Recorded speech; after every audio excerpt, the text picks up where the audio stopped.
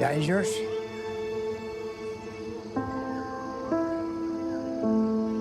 Difficult.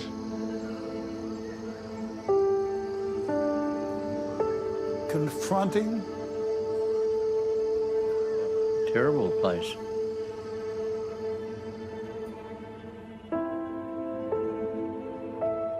Australian World War II correspondent Chester Wilmot once described the Kokoda Track as a series of muddy footholds in a mountainside, a quagmire, all under a blanket of dark green. Since those words were written 75 years ago, very little has changed across the Owen Stanley Range. The mountains and the valleys remain the same, the rivers and the ridgelines untouched, a seemingly timeless place. And woven forever into it is the code of Australian mateship.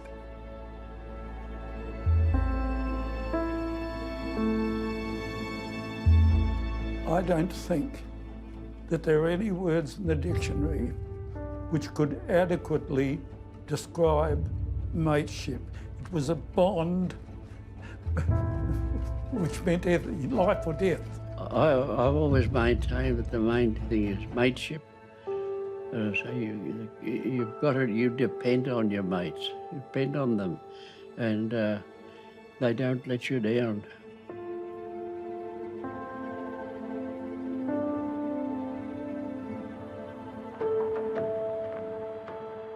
The Kokoda campaign was one of the most brutal conflicts in Australian history.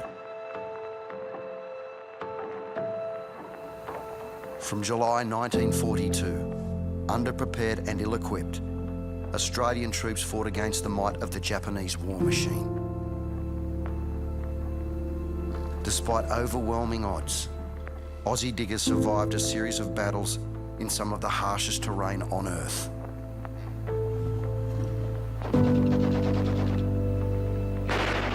The terrain in New Guinea is just simply a succession of huge mountain ranges covered in rainforest. Finally, in September 1942, Japanese forces abandoned their push towards Port Moresby. Australia's mainland would never again be under direct threat. The situation on the Kokoda Track, we were going to win it. We needed to win it, and we did. The Japanese in New Guinea got closer to Australia than the distance it is from Melbourne to Sydney. A beaten track that represents an indomitable spirit. Kokoda has now become a challenging rite of passage for Australians commemorating the courage of our diggers. In the footsteps of the many who gave their lives, it's a journey to the very heart of what it means to be a mate. When the opportunity came up for me to walk the Kokoda Track, I jumped at the chance. I was never going to say no to something like that. I really didn't know how hard it was going to be, but what I did know is I wanted to go with a great bunch of people. When Hindy asked me to join him on the trek, I'll be honest, I was pretty surprised. Yes, we are good mates and we've worked together for years, but I wouldn't consider myself much of an outdoorsman. So James is on board, but what I really needed was someone with a bit of TV credibility. To be honest, I was a little bit nervous when the guys asked me. A week-long jungle adventure with those two. But when I flagged it with a couple of my family and friends, there were a few people that doubted I could do it. So I think it was that made me more determined than ever to prove them wrong. So we had our team. But before we left for PNG, I decided to take everyone down to the War Memorial to pay our respects to those who had lost their lives on the Kokoda Track. Private Alan Stewart Knox died 20th October 1942, age 21. Private Hugh McNeil McPherson died 20th October 1942, age 22. Corporal Thomas Alec McIntosh died 20th October 1942, age 27. Standing there as these names are read out, just name after name for an hour and a half. Private Christopher McKinley, died 8th of September 1942, age 26. It's hard to describe, it's just a feeling of disbelief. Corporal Eric Thomas McNamara, died 8th of September 1942, age 28. So young. That was really the first thing that came to mind for me. I mean, growing up, we learn all about the courage and sacrifice of the soldiers that fought on the Kokoda Track, but we never really hear or talk about their age. I mean, these are just young men with their whole lives ahead of them. Private Bruce Steele Kingsbury, died 29th of August 1942, aged 24.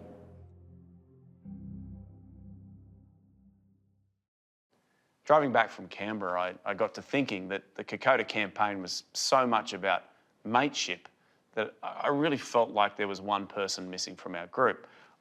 I made the decision. It wasn't a popular decision, but I made it anyway. I picked up the phone and I invited Bryan Fletcher. What's worse than walking 96 kilometres on a jungle track? Walking 96 kilometres on a jungle track with Bryan Fletcher. Look, I was a little bit disappointed I wasn't invited from the start, mainly because Hindy, being best mates and all, that we'd spoken about doing Kokoda. But anyway, after that disappointment, I was ready to start training. Training for Kokoda. The boys did theirs and I did mine. You drive extension through those back legs. Come on, I want you to push. I want you to push hard, Jess. Come on, Jess, think about that mountain. Think about Kokoda. Come on, keep going, don't give up, don't give up. Push those legs, push, push. Cool. 10 kilos. And what are you carrying? Nathan's Nathan. When do the excuses start? Like, I've already done F45 this morning and Nathan's got it's not that far. Don't drop it. Don't drop it in there. Nathan's got 7. Put it in there nicely. And what's in your backpack, Bryan? Headphones. Drive through the heel, foot all the way on. 18, 19, one more on this leg. How long did we bought for just then? 1:45 we left. So if we go for 5 more minutes that way? Go for 10, finish at 25:2. All right, last one. Mate, I must admit, I've never bushwalked. Kokoda's a good place to start, just beginner level. Yeah. So after 2 months of preparation, it was time to finally go. Our flight from Sydney to Port Moresby, you'd think, would be a pretty simple journey. Here we are in Port Moresby and I've got my bag. No one else has theirs. So unless everyone wants to borrow size 8 skins and a tank top for the next 7 days, then I don't know what we're going to do. For legal reasons, we can't name the airline that lost our bags and obviously delayed our flight. We had no bags and absolutely no chance of leaving on time. The next 24 hours for us was just playing the waiting game. To give you an idea, most groups do the track between 8 to 10 days. We've just been told we have to do it in 5.5 days if we're going to make our flight out of Kokoda. So what was going to be a very hard trek anyway, got a whole lot harder. To do the Kokoda Track in 7 days is tough, but to do it under 6 days was always going to test people. The Kokoda Track stretches 96 kilometres across Papua New Guinea's isolated interior. From Oa's Corner in the south, the trail cuts across a vast region of soaring mountains, plunging valleys and swollen rivers. To the township of Kokoda in the north, rain, mud, heat, humidity, all part of the Kokoda experience.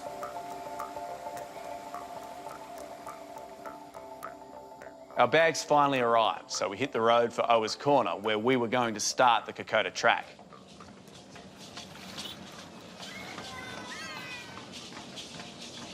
just got our gear and our bags. We're obviously on the bus heading out there. A little bit nervous that I haven't prepared enough physically for it, but we've got a couple of good guys here that'll get us through the trip.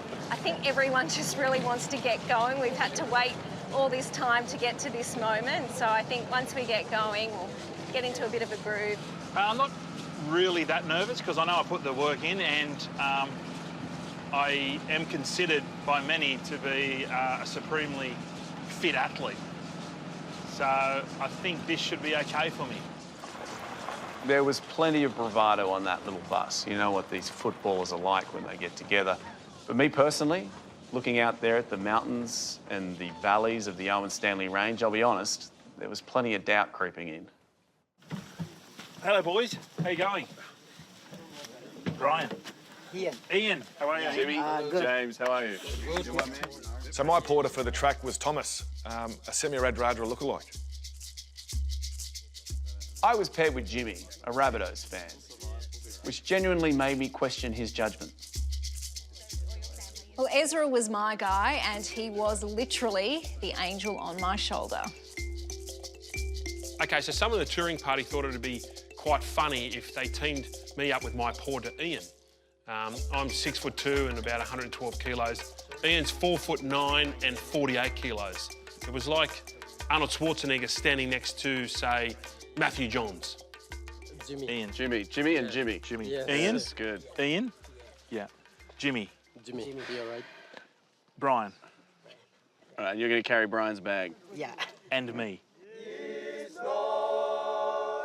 So before we hit the track, Hindy, James and myself decided to put ourselves under the same hardships as the soldiers, and that was carrying a 20-kilo backpack and also putting ourselves on rations. I think you have already... that one be there, you watch it. You already got your corned beef and dry. I haven't got my corned beef yet. I have a feeling that probably one of them will get the whole way to the end. There's another one that definitely won't. In fact, there are two that definitely won't. The first one that is going to cave, I reckon his name starts with a J and ends in Ames.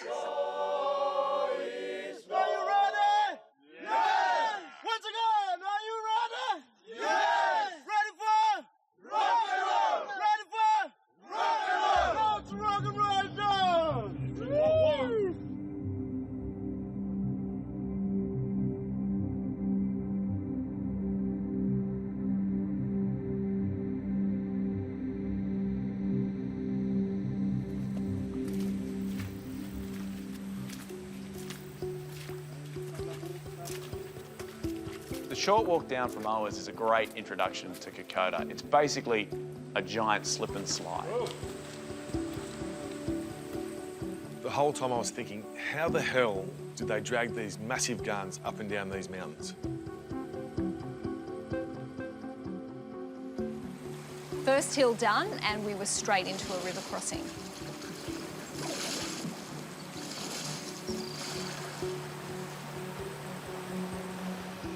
The next 3 hours was us walking through the jungle in absolute pitch black. It was not a lot of fun. But finally there, up in the distance, was our first camp, which also meant our first meal. The soldiers lived on home, doing a crack.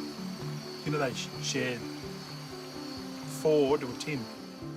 We had an awful lot of bully beef and biscuits. We'd put the biscuits, they were hard, we'd put them down our shirt and to soften them, which was very hygienic. Occasionally we seemed to get a couple of spoonfuls of uncooked rice. The food supply could be described as unsuitable and inadequate. It isn't bad. A little bit of tomato sauce would help it, a lot. I could do another 6 days on this, I reckon. No, you couldn't. Yeah, I'm not letting you. If you have watched any of the stuff that Nathan, Bryan and I have made in the past, it tends to be comedy. It's silly situations, bad jokes. But I tell you what, as we went to bed that first night, we were all thinking, we are so far out of our element here. This is going to be completely different for us.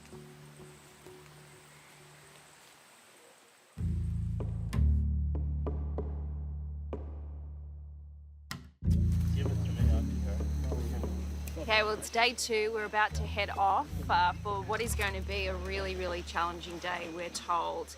Now, as predicted, James and Fletch have decided not to carry the packs anymore. They're too soft. Hindy, however, is going to continue with his. What a champion. Yeah, I'm done, You're mate. not doing it I'm either. done. I'm out. I can't handle Well, it. you last longer than that. No. So we're carrying little packs? That's what Bridge Oh, says. so this is the official waving the white flag. Done. Can't do it anymore. We're out. So you're out and you're I'm out. out. And so who conceded first? Same time. Same time, exact same time. What's hilarious about this is that Fletcher's actually got the smallest porter out of anyone. He's now offloaded his big bag to him. The first slog was up Imita Ridge, and I was not feeling good.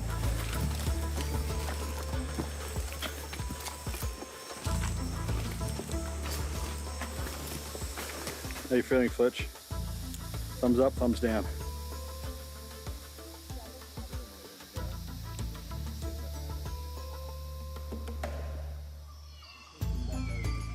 So about a month before we started doing Kokoda, I actually tore my groin playing touch football, and it felt good day 1, but day 2 up Imita Ridge, I could just start to feel it go, and that's when the mind games started to kick in. That was hard. That was tough. That's only the beginning. Oh, deep breath.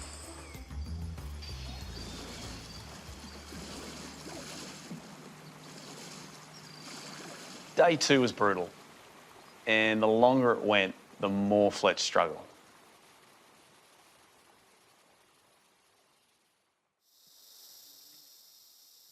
I don't really remember a whole lot, but what I do recall is the heat, the lack of energy I had, and the mind games that was going on in my head, thinking, I don't think I can make it.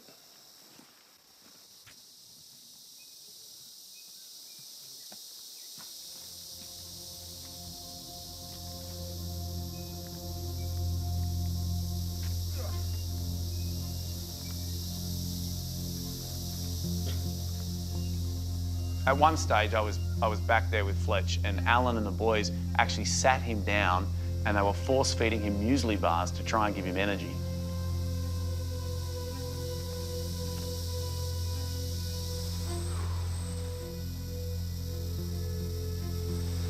I have no push.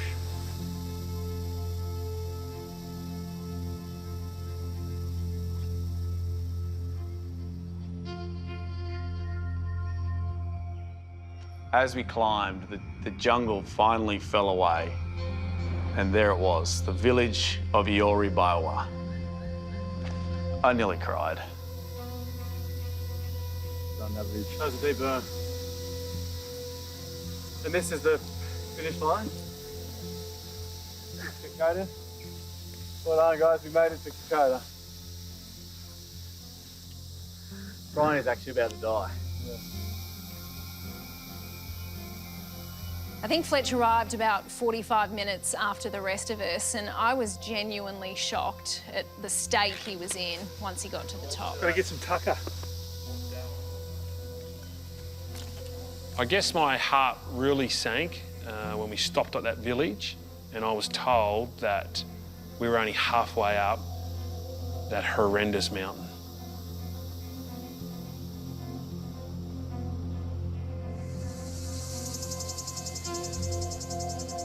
That certainly was the toughest day I've ever had. I can honestly say I've never felt like that before.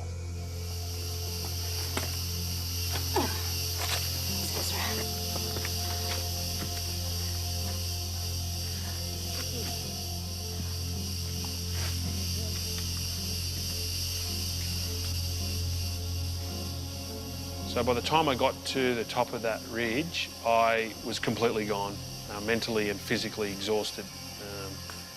I just didn't know whether I could continue.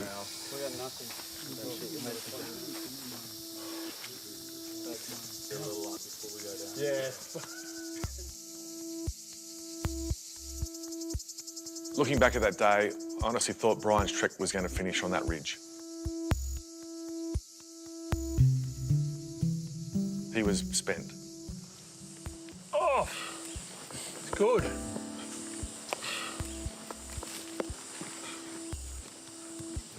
When we saw Fletch arrive into the campsite at Offie Creek, I'll be honest, I was so relieved. How you feeling, Fletch? Rattled. Yeah, tough day, very tough day. It's only day 2 and I'm already buggered. No, the hills today were absolute killer. They were 10 out of 10. I've gone through some pretty tough pre-season trainings, but that was tough going. And I honestly don't know how we're going to do the next 3 days, 4 days. So I'm struggling.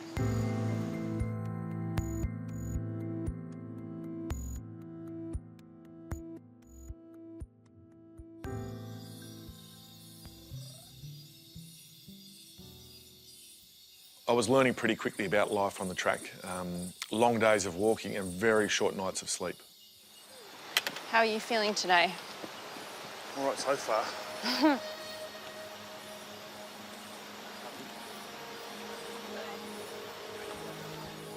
So I was back on my feet after a pretty rough day, but I was unaware of how close I was to actually being medevaced out of there. Oh, he was touch and go. He was a dead man walking, I think, before he actually got to the top of the hill. It took a couple of encouraging words to get him up, but I was very close. I was that close. I had the sat phone on me, ready, just in case I had to call and say, "Get this guy out. He's not going to make it."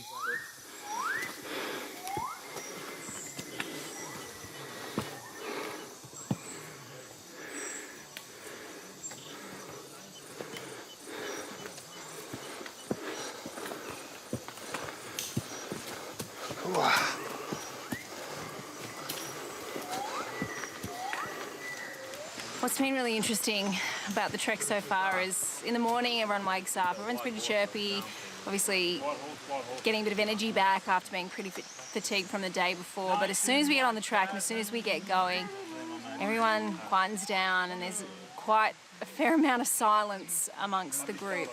Really all you hear is the noises of the jungle, the birds chirping, the rivers flowing down through the gullies, but other than that, it's pretty much just you and the thoughts in your head.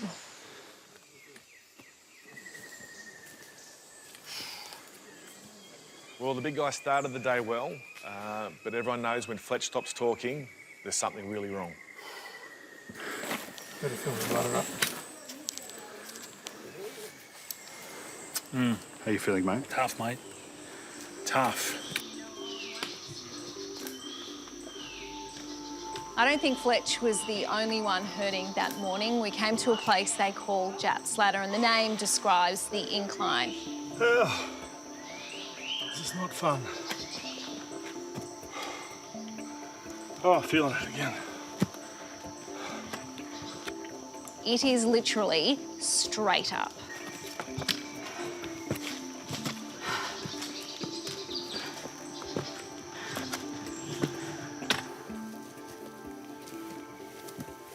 Wow. That's all time. Water, man. Beer, water. Oh.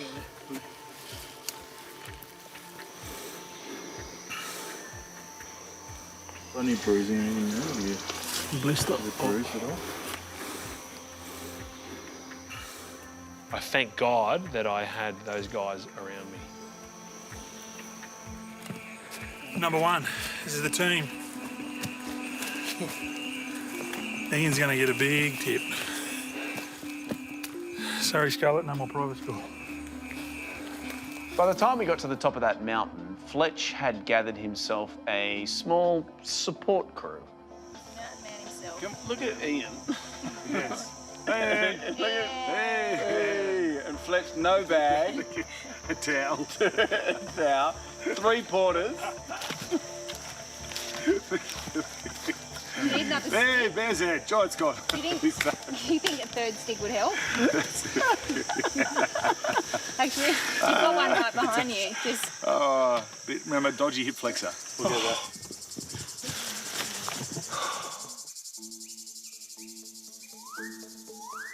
The next place we came across was Nauru, and it was beautiful. I think that was the first time we climbed out of the jungle canopy and could really get a proper view of how big the Owen Stanley Range was.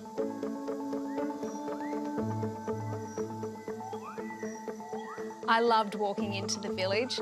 It's amazing how quickly you forget about the hardships of the track. Growing up, you hear about Kokoda and all the awful stories, but when you're there, it is such a beautiful place and the landscape is magnificent.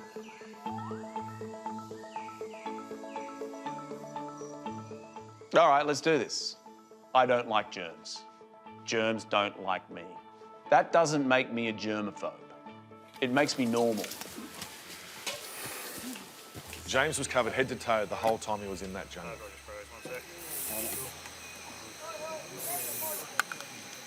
Old germaphobe Rochford. Well, in his backpack, he had every potion, cream, tablet known to mankind. Do you have any idea how many things can kill you in the jungle? There's disease, snakes, monkeys, insects, herds of wild buffalo. I came prepared. So this is the pill bag. That's Panamax, just standard Panadol. That's Celebrex. That's pretty powerful anti-inflammatory. It's for all the aches and 200 pains. or 100 milligrams? That's 200. That's serious stuff. Then we got ibuprofen. Do you want the ibuprofen? Gastrolite. That's Gastrolite to stop us from spewing. Where's my ibuprofen? Have you been smashing it? And everything the soldiers didn't have, pretty much we have.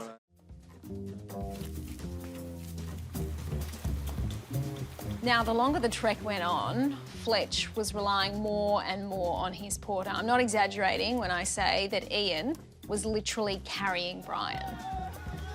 Okay. What do I do? I'm going to pretend I'm a bag.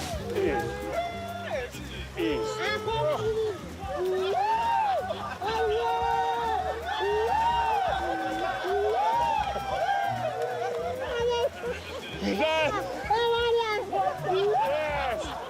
Let's do it!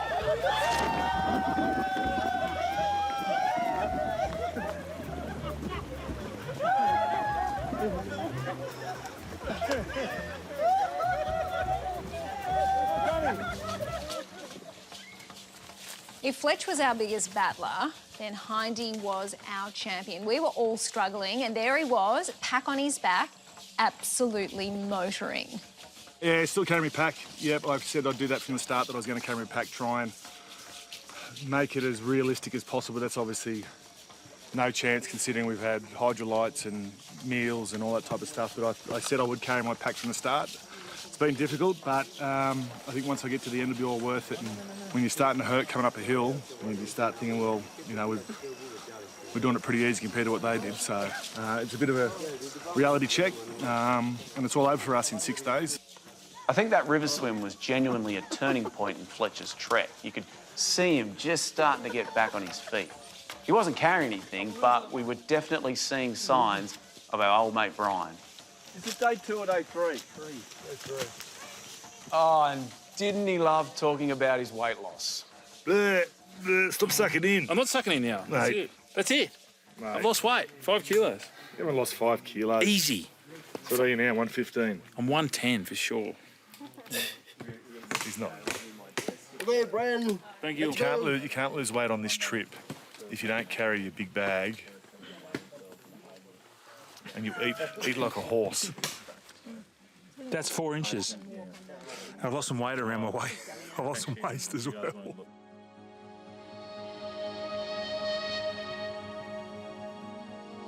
At the end of that day, you could tell our porters were getting really excited. Our next stop was the village of Minari, and for many of them, that was home.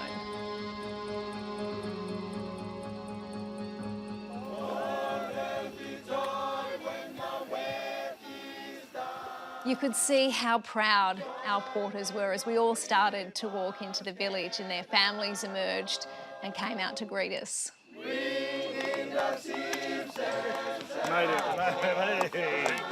it this far. Thank you, boys. Thank you. Thank you. Minari. Wow, what a place. geez, they gave us a great welcome. When I met Ian's little boy, it was like meeting my baby brother. Ian had become such a father figure to me over the trip that, yeah, it was pretty special. I was now part of the family.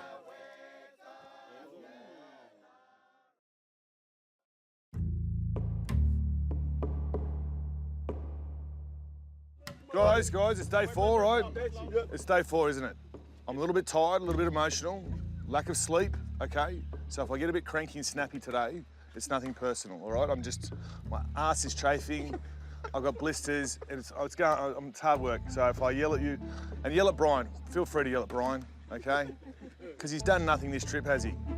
Has he done anything this trip? I'm called Lazarus. Has Bryan done anything this trip? Thomas, who's been the worst so far? Useless? He said useless. Yes, he did. Just outside Minari, we came to our first obstacle for the day.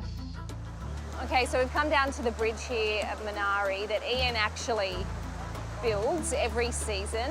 These bridges don't last a whole season because of the materials that they use. They, I guess, rot from all the moisture and the rain in this area. So it's put a bit of a spanner in the works this morning as we're trying to make our way up onto our next destination. So apparently I'm too fat and heavy to get across the bridge with my backpack on as well. The word on the street at the moment is that they're going to actually carry us across the river. And unfortunately we have to, we just have to leave Fletch here. So it's disappointing, but yeah, his head's that big that we have to leave him behind. Get ready to catch. Heavy boy. Don't jump. Heavy boy. No jump, no jump. Okay, boys. Okay, guys. Go. Oh, this way. Yeah. Who's fingering my bum? I got finger. Oh. Everyone. Oh. Fingering bum. Fingering bum. Oh, lightweight, they're saying, lightweight. What is lightweight? Lightweight. Good. Oh. Sorry, I'm heavy.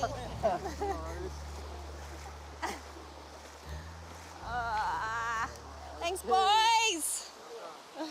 As the guys were crossing the river, I decided to go and visit the plaque that was dedicated to filmmaker Damien Pera.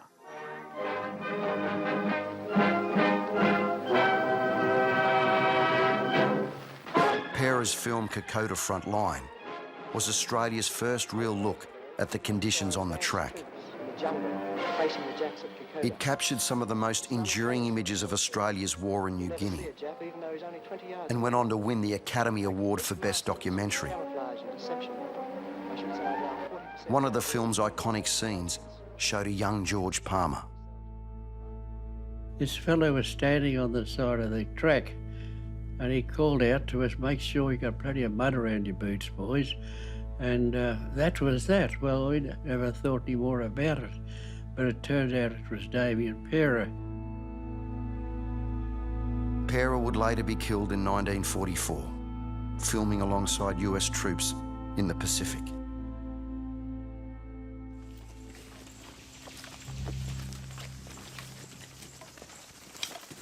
Finally, after a 3-hour climb, we came to a place known as Brigade Hill.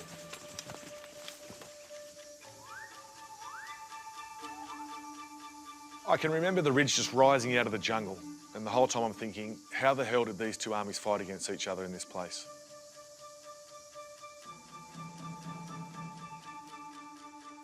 The Battle of Brigade Hill was a disaster for Australian forces on the track. It was mayhem. People dead, wounded, everywhere. It was atop this ridge that Australian forces were cut in half by the Japanese, ending in a devastating defeat for the diggers. A barrage opened up from the rainforest. I happened to be the only officer to get through, purely because everybody was dead. While the Battle of Brigade Hill ended in a victory for the Japanese, Australian forces would regroup and continue the fight for control of the track.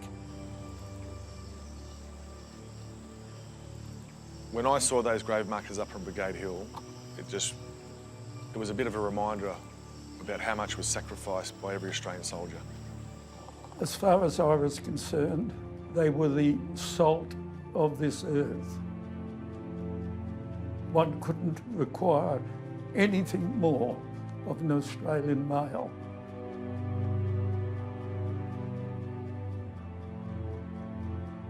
I think one of the things that was kind of running through my mind as we made the climb this morning was, you know, going back to primary school, even high school, and every year we talk about the Anzac spirit, and there's nothing really tangible about that when we learn about it in school, but I think walking the Kokoda Trail and being here doing all of this has really demonstrated to me what that actually is.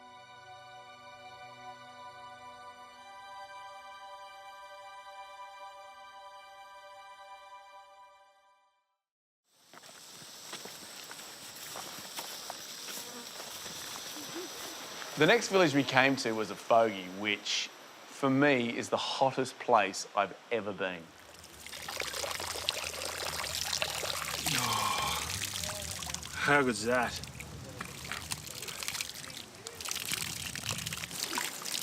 Oh, so hot. It's just like being in Bondi.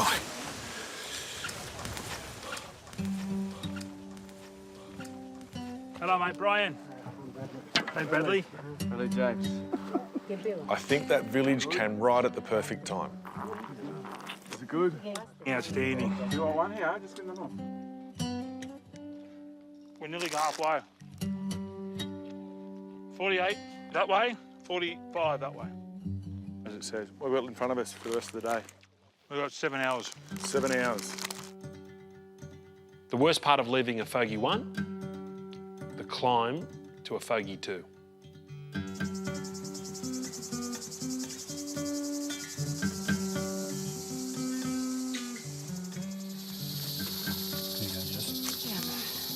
That climb almost broke me. She almost cracked there. That one spot, she almost cracked. I'm born and bred from PNG, and I'm used to the humidity and the heat, and I was struggling that day, so I can only imagine how Jess and the other guys were feeling. It's not the climb, it's just the temperature. Oh. My pack felt about 100 kilos going up that hill.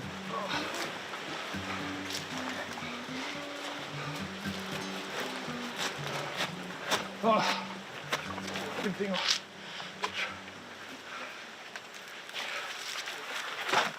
Oh. Oh. Oh. It's deep. Oh, mate, it's deep, and you're just waiting for it to end, and it just doesn't. Oh, it just doesn't. Oh. That was the worst one, yeah. And you're burning when you... I was holding the sticky one up.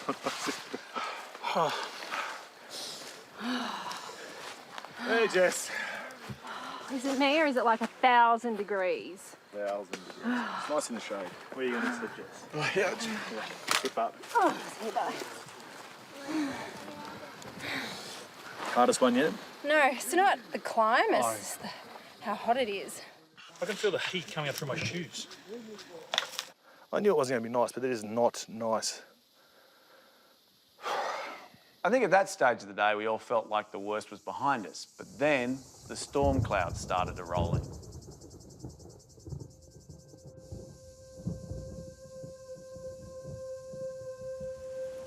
When the heavens open on Kokoda, you certainly know what rain is.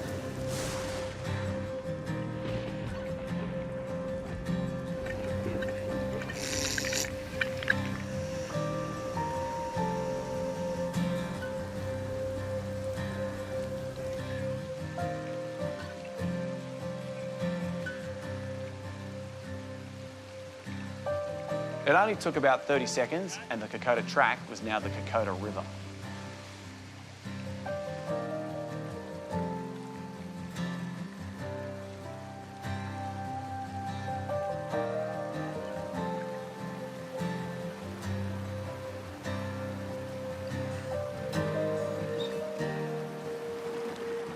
So we made it down to the river, but at this stage, all our boots were soaked.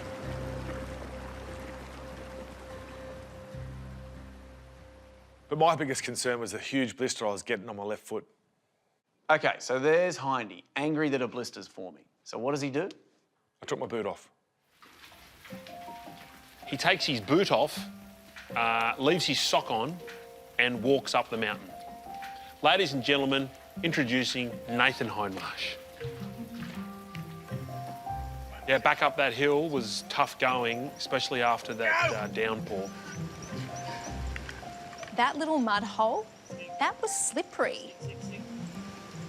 And I almost killed our cameraman, Dale. Sorry, Dale.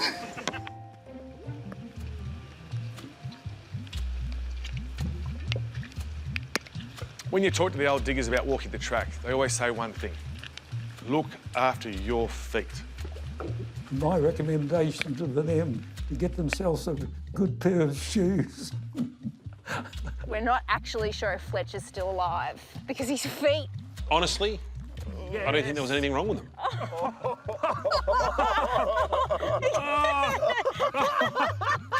Look at that. Oh. Yes. Yeah.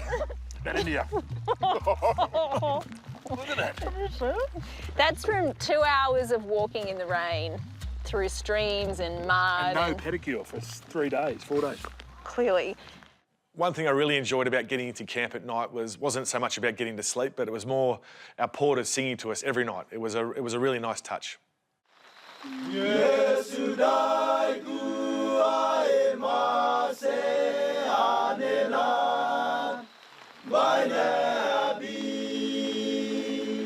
Look, anyone who knows me knows that I can sing. I've got a pretty good voice. So when the porters decided to belt out a bit of a hymn, I decided to repay the favour. Peace is flowing like a river, flowing out of you and me. That's the only verse I know. You like that? Thank you.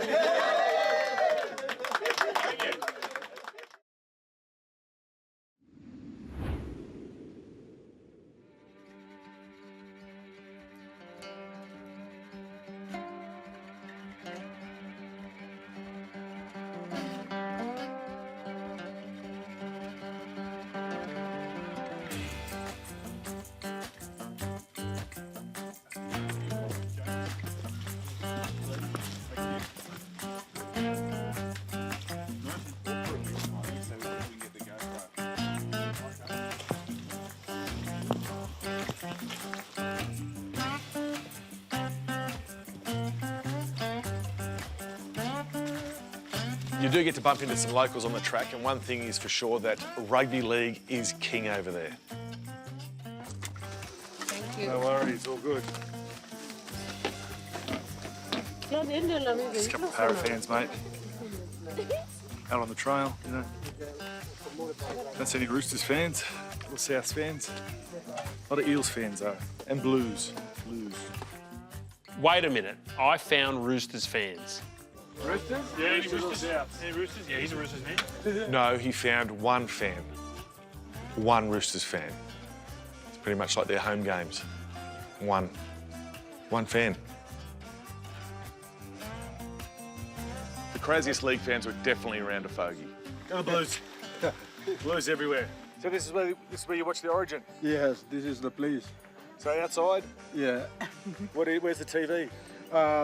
Normally I will put the big table here, just here, and put a big screen on top. Then everyone watches. How many people come? 96 to 100. Yeah. What's the furthest village that comes to watch? Daoi. Yeah, where's? It's this side. Yeah. It's about 6 hours. 6 hours? Yeah, 6 hours walk. So they'll walk over 6 hours, watch the game, they walk, and they'll walk back? Another 6 hours back. A 12-hour round trip to watch Origin. That's a massive walk for a Blues supporter over the last decade. Oof. 12 hours. Go the Blues.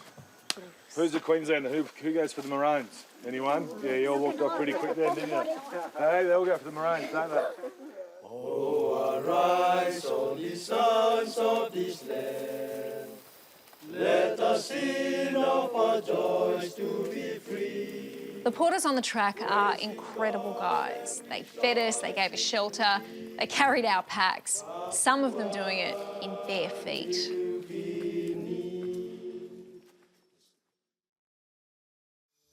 The story of Kokoda is also the story of the Fuzzy Wuzzy Angels, the local villagers from the track. Ordinary men who did extraordinary things alongside the diggers. Apart from making sure the front lines were well supplied with food and ammunition, the Fuzzy Wuzzies would carry the sick and wounded to safety. They are so important to us. They're still our friends. By the time the war ended, many an Australian serviceman would owe his life to these unlikely heroes. So many people were saved, and the fact that they were able to come home to their wives and families. We couldn't have got there without them. Sometimes they took up to 7 days to carry a wounded man out on a stretcher. I recall seeing one day, they had a guy on a stretcher, the sun was shining, and one of them had a banana leaf and he was holding it to keep the sun off the injured man's face. They were caring people. We needed them. So this is Ezra, my porter, who has been taking such great care of me this whole trek. And how many treks have you done this year already? This year I've been done 7. Okay, Yeah. so this is 8? This is 8, yeah. 8 treks. Wow. This is my porter, Jimmy. Jimmy also lives in Minari. Jimmy, how old are you? 26. 26. Jimmy lives there with his family, and Jimmy asked to be with me because he's a big fan of the Professor's Second Year Syndrome, isn't that right? Yes. Yes. Okay, here we have Thomas. Thomas has been my porter. I've got to know him over the last 5 days. Found out that Thomas is actually in the market for a wife, aren't you, Thomas? Yep. Yes. Thomas likes soccer, rugby league, a good book, and curling up beside the fire on a cold night. He's ready to settle down, have a family. He works hard. Really good bloke all around, aren't you, Thomas? Yes. Yes, we'll We're gonna provide find you your a support. wife, Thomas. We'll find you a wife. Now I'll give you a massage. There's one thing you notice when you spend enough time with Nathan Hindmarsh. Massages. He loves giving them. So I decided to book a session in for my porter, Ian, just to loosen him up a bit. Go give him the low. You're not. Go there. Go that way. Yeah, that's it. Yeah. Right there. Right there. Right on that point. Eh. Breathe it out. Breathe through it. Breathe. Yeah. Breathe through it, Ian.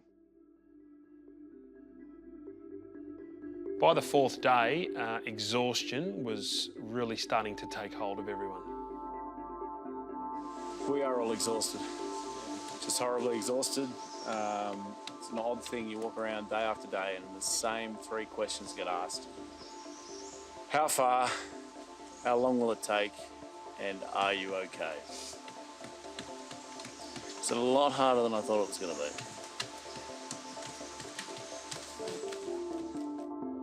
We've been walking on average 12 or 13 hours a day, 25 kilometres per day in that time, and everyone was frayed, and none more so than Dale, our cameraman.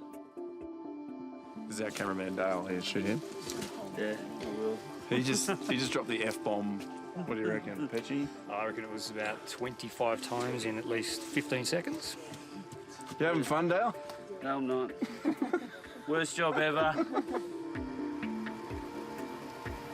I think the track was starting to take its toll on Dale, and he went downhill really quickly that afternoon.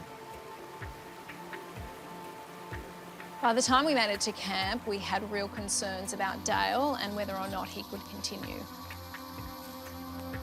There was definitely some tense words between the production crew that night, and even a bit of talk about a possible medevac as well.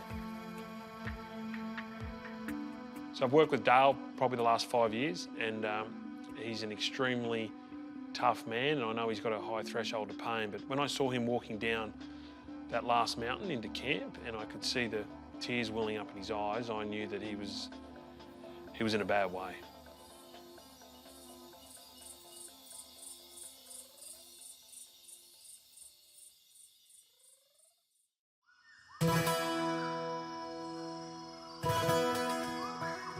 So we got down here to camp last night, and Dale, our very, very dear cameraman, had sort of fallen into a heap. He was absolutely exhausted.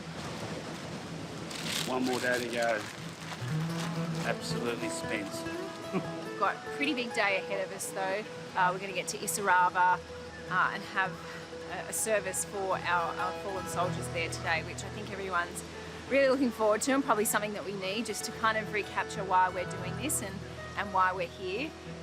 And then we'll walk on to Daniki tonight, camp out, and then it is Kokoda tomorrow. Cara, I want everyone to go around the room and say what you're going to do to lift the spirits of this team, starting to my right. That's your left, but that's all right. I got him. Probably sing songs I got him. with you, Fletcher, up the back.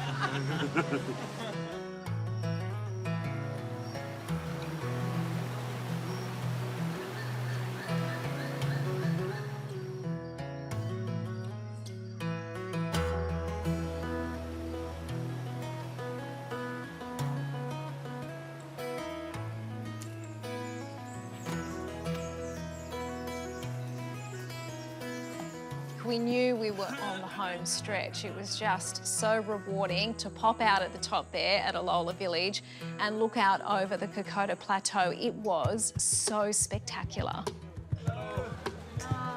How are you? Boos. Hello. Day. Boos. Name Blue. Frida. Name Blue. Grace. Grace. Name Blue. Marianne. Marianne. Name Blue me. Jess. Jess. Yeah. So I wanted to give you some pencils and books for the children for school, and there's some balloons. Thank you. For fun. Thank you very much. Enjoy. No, my pleasure, my pleasure. They were more excited about the twisties, I have to say, but that's okay. There is something truly special about the people that live on the track. Every person you pass, every village you enter, they have big, happy smiles on their faces. They're a little shy at first, but they warm up really quickly. They're just so excited to share with you their little slice of heaven.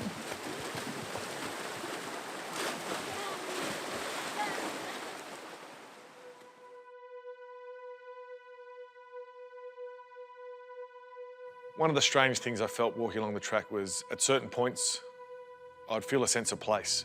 I felt that at Brigade Hill, and I definitely felt that walking into Isarava. For the men who fought on the Kokoda Track, no place is more sacred than Isarava. It's the site of some of the most ferocious fighting of the whole campaign. For days, exhausted, wounded, and starving diggers fought off Japan's military might. It was hell, really. The Japs, they come in waves. The Battle of Isarava was the first time that Australians, I think, had ever faced complete annihilation. Mr. Honor, our CEO, the message round that the 2nd 14th that arrived this afternoon will be overrun tonight. Now that wasn't exactly a comforting thought. I thought, gee, I'd rather be watching Collingwood playing Carlton.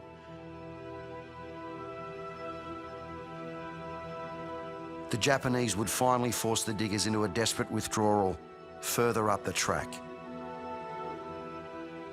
They were destroyed in 4 days. I think the memorial service that we held at Isarava was the most emotional moment, certainly, for all of us on the track. They shall grow not old as we that are left grow old. Age shall not weary them, nor the years condemn. At the going down of the sun and in the morning, we will remember them.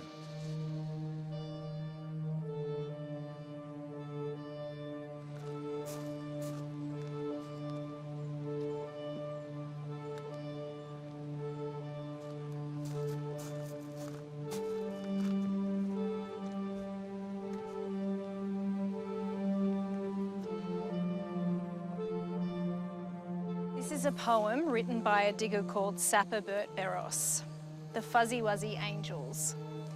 Many a mother in Australia, when the busy day is done, sends a prayer to the Almighty for the keeping of her son, asking that an angel guide him and bring him safely back. Now we see those prayers are answered up on the Kokoda Track, bringing back the wounded just as steady as a hearse, using leaves to keep the rain off and as gentle as a nurse. May the mothers of Australia, when they offer up a prayer, mention those impromptu angels with a fuzzy wuzzy hair.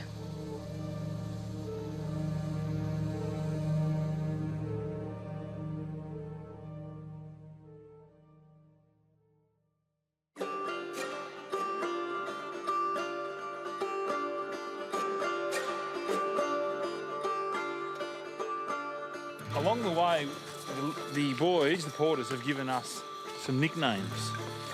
I start from our leader, Nathan Hindmarsh. He was known as the hero. One for carrying his own backpack at 20 kilos, while the rest of us just carried something at about 10, so he's doubled that. The next one was Jess. Every village we went to, she was hailed as the white woman, or Mary. My personal favourite is Weak Bladder. Next was the Professor, James. Now, this was quite an interesting one. We crossed the bridge and they said something in pidgin English and everyone laughed. I went and asked Barnabas what they meant, and they said basically he's the uncoordinated one, because he fell down a record 54 times, which just beat the record of an elderly gentleman who was 75. And now I'm coming to myself. Well, I was dead Tuesday. Oh, I was dead. I couldn't go any further, but miraculously, I rose from the ashes, and my nickname's the Phoenix. Phoenix? Oh, that was Bryan. So for day 2, he died pretty much. Like he was dead. It did take it out of him, the big guy, at the day 2 mark. A couple of the hills, the sweat coming out of him, not replacing the fluids properly. Whee! Oh.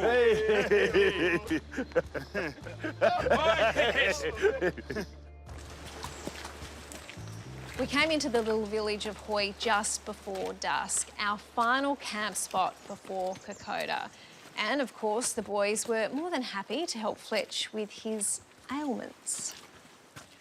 We first came across Brian's back sores at Brigade Hill. Really? His heavy bag has been rubbing on his back. Yep. And it's rubbed a little sore into his back, but it could be very young. 2 days later, they were looking pretty rough.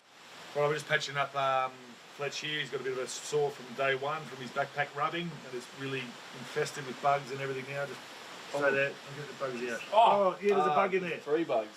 Stay. Ow! Stay. Bugs are out, and then we just give it a bit of a spray with some tea tree spray, which he really loves. Not so f***ing close. Don't. Is that a new one? No, it's the same one. Me. It's the same one. You f***ing went point blank. I did No, not. there was space. Watch your back, there was space on it. 30 f***ing centimetres. It's the same 30 one. centimetres. There was 30 Watch centimetres. your back. The end could not come quick enough.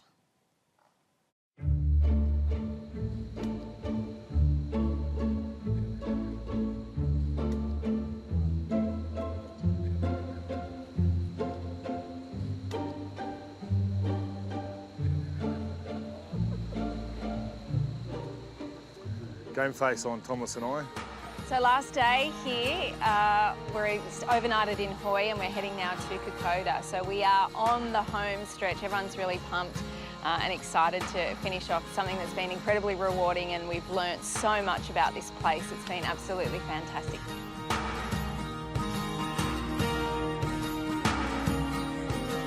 Bye. Thank you. Let's go!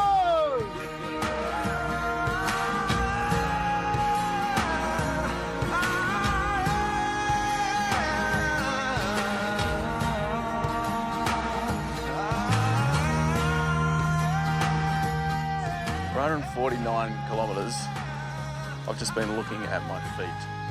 It's just one foot in front of the other, over and over and over again. I hate my feet.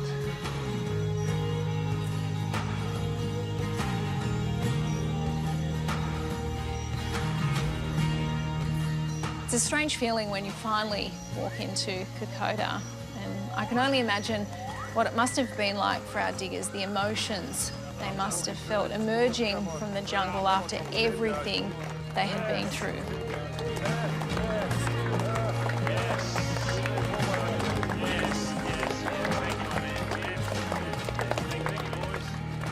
Jimmy! Yes. Thank you, buddy. Thank you. Thank You've you. done the Kokoda Track. Ezra, you're the best. Thank you for looking after me. Did it, Thomas. Well done. Yeah, hold me. Hold me, Thomas. Well done, mate. All right, thank you, Ian.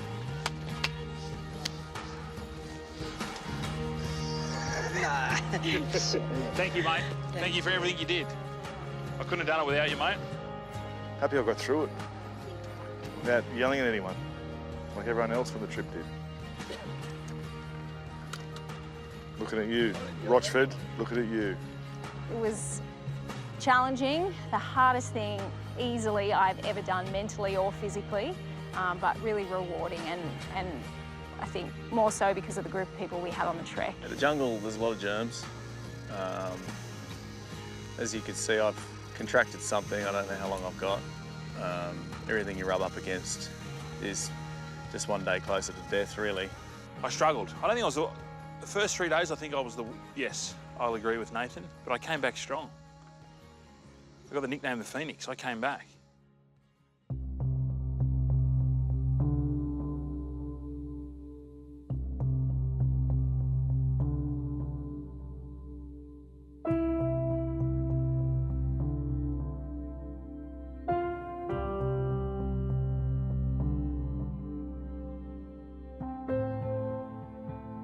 Looking down at the track, it was incredibly surreal that we had just walked across those mountains.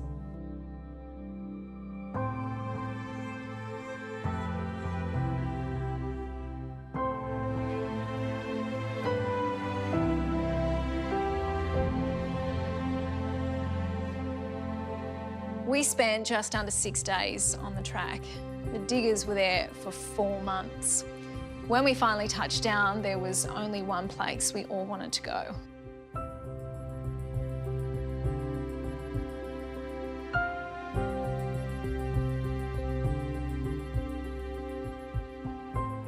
Bamana War Cemetery, how do I describe it?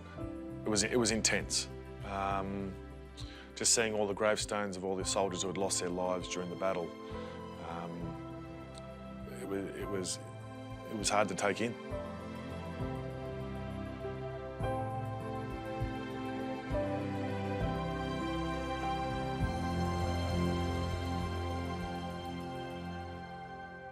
I think it's important for Australians to know that there's a special bond that was forged on the Kokoda Track between Australia and Papua New Guinea. And from a Papua New Guinean perspective, we pride ourselves in hosting you on the Kokoda Track.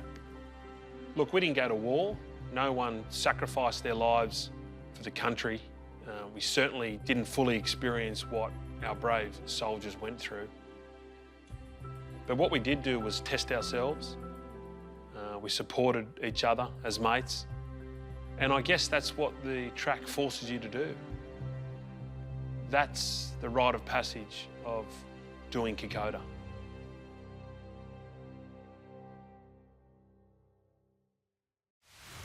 This happened is a Ben who's skipped through the whole forest. I'm fine. Let's go up. Let's keep going up, guys.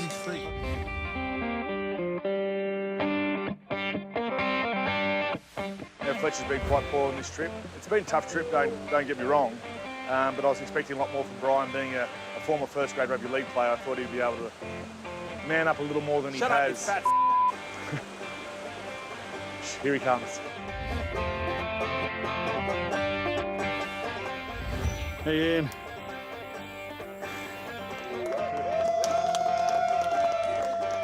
Thanks, yeah.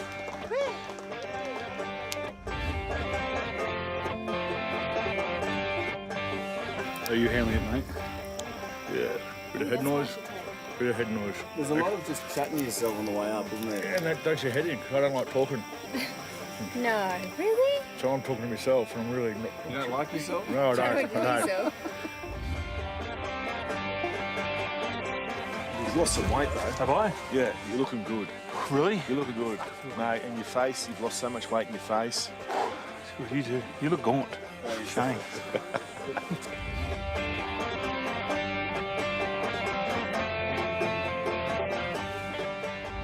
So you are standing right in the middle of the path, so I've got to go higher. Oh, deep breath.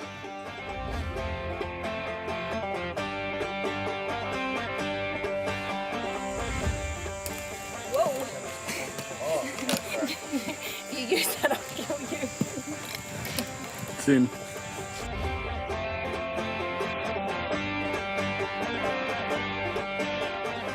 Fletch, Yeah, bro. if your legs could talk, My legs could talk. if they could talk, what would they say? What, in pigeon? How do I say saw in pigeon? Saw. My legs. Leg mama saw. Number is on nama. Fit a gabadoo up. Fit a gabadoo up. That's it. Just get me up. Fit a gabadoo up.